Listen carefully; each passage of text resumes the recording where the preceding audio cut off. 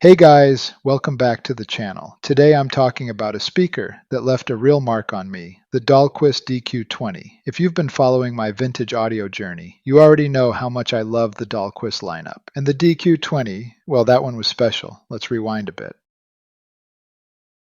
I picked up my pair of DQ-20 secondhand for $300, and like many vintage speakers, they came with a little bit of a project attached. The woofers needed refoaming. It was my first time doing a refoam job, but YouTube University came through for me. I took my time, cleaned everything up, centered the voice coils, and brought those woofers back to life. When I finally fired them up after the refoam, the sound that came out was absolutely worth the effort. That first listen is something I'll never forget.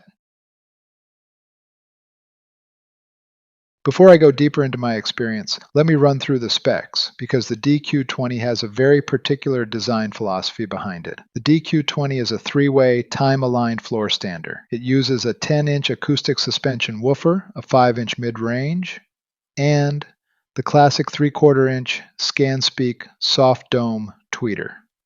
The crossover points are 400 Hz and 3500 Hz. And the cabinet is a hybrid design, part sealed, part open baffle influence from the original DQ-10 lineage. They're rated around 89 decibel sensitivity with a 6 ohm nominal impedance, and they can dip lower, which is why they appreciate a strong, stable amplifier, designed by Carl Marchesato. Now, people always talk about power when it comes to speakers, power hungry. They need juice. You need at least 125 watts per channel, all that stuff. And honestly, with the DQ-20, some of that is true. They're not the easiest speakers to drive, but when you give them the right amplifier, they reward you with this smooth, refined, almost effortless presentation. One of the biggest surprises was the Crown XLS-2502. Yes, the 700 watt per channel Pro amp. Don't let the Pro Audio look fool you. Those Crown XLS amps drive speakers extremely well, and the DQ-20 was no exception. The Crown made the DQ-20 come alive with loudness, detail, and control. I believe in measurements, but I don't measure my enjoyment. I also paired them with my Luxman R117, which is a legend for a reason. One of the best receivers ever made, agreed upon by most people in the hobby. 160 watts per channel, tons of power, warm Luxman character, and great dynamics. Then there was the Luxman B12.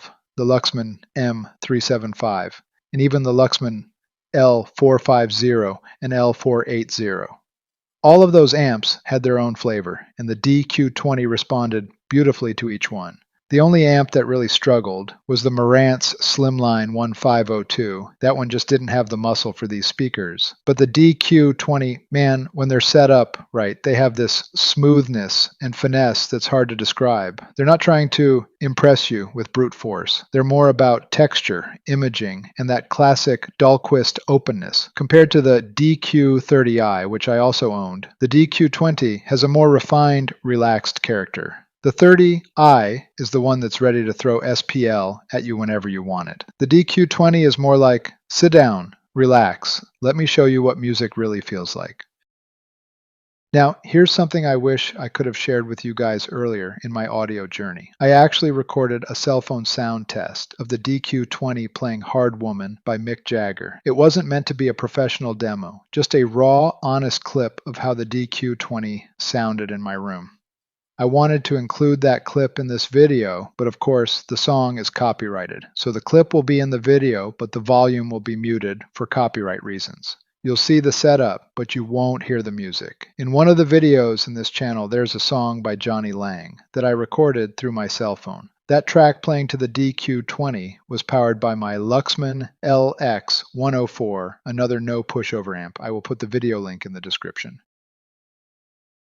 One of my biggest regrets from that whole vintage audio phase is that I never documented it properly. I went through so many amps, speakers, repairs, and experiments, and all I have are scattered snapshots. If I had taken video back then, I could have shared the journey with you in a way that was more entertaining, more visual, and honestly more meaningful. And just so you know, every piece of gear you see in this video, every speaker, every amp, every close-up, those are all mine. Real photos from my own collection. But even with all those memories, one thing never changes. Time eventually catches up, surrounds dry out, components drift, little issues start creeping in, and even the most beloved gear starts showing its age. The refoam I did started to fail. I began hearing little scratches in the output, that telltale sign that the voice coil was starting to rub again. And I'll be honest, that was on me. It wasn't the speaker's fault. It was my first refoam job, and I did the best I could, but eventually it showed its limits. At the same time, more and more speakers were coming into the house, equally impressive ones. And the reality is, the room wasn't getting any bigger. Something had to give. And if that wasn't enough, every time I reached behind the DQ-20 to adjust cables or move them around, that rear screen wire cage would slice my arms like it was collecting a toll. I swear those speakers drew more blood than some of my tools. So, between the space issue, the crackling from my aging refoam, and the screen wire scars, I finally made the decision to let them go. I sold them to a fellow audiophile who could give them the restoration and the space they deserved. Was it easy? Not at all. The DQ-20 taught me a lot. About setup, about power, about synergy, and about how a well-designed vintage speaker can still hold its own today. They weren't perfect, but they had soul, and that's something you can't measure. Would I buy them again if I ever saw another pair for sale near me? Absolutely, without hesitation, but let's be real. By the time another pair shows up in my area, I might have already hit the lotto. So that's my story with the Dahlquist DQ-20, a speaker that came into my system, made a big impression, and left with a piece of my audio heart. If you ever get the chance to hear a pair, especially one that's been properly restored, don't pass it up. They're a reminder of what thoughtful engineering and musical design can do. Thanks for watching, and I'll see you in the next one.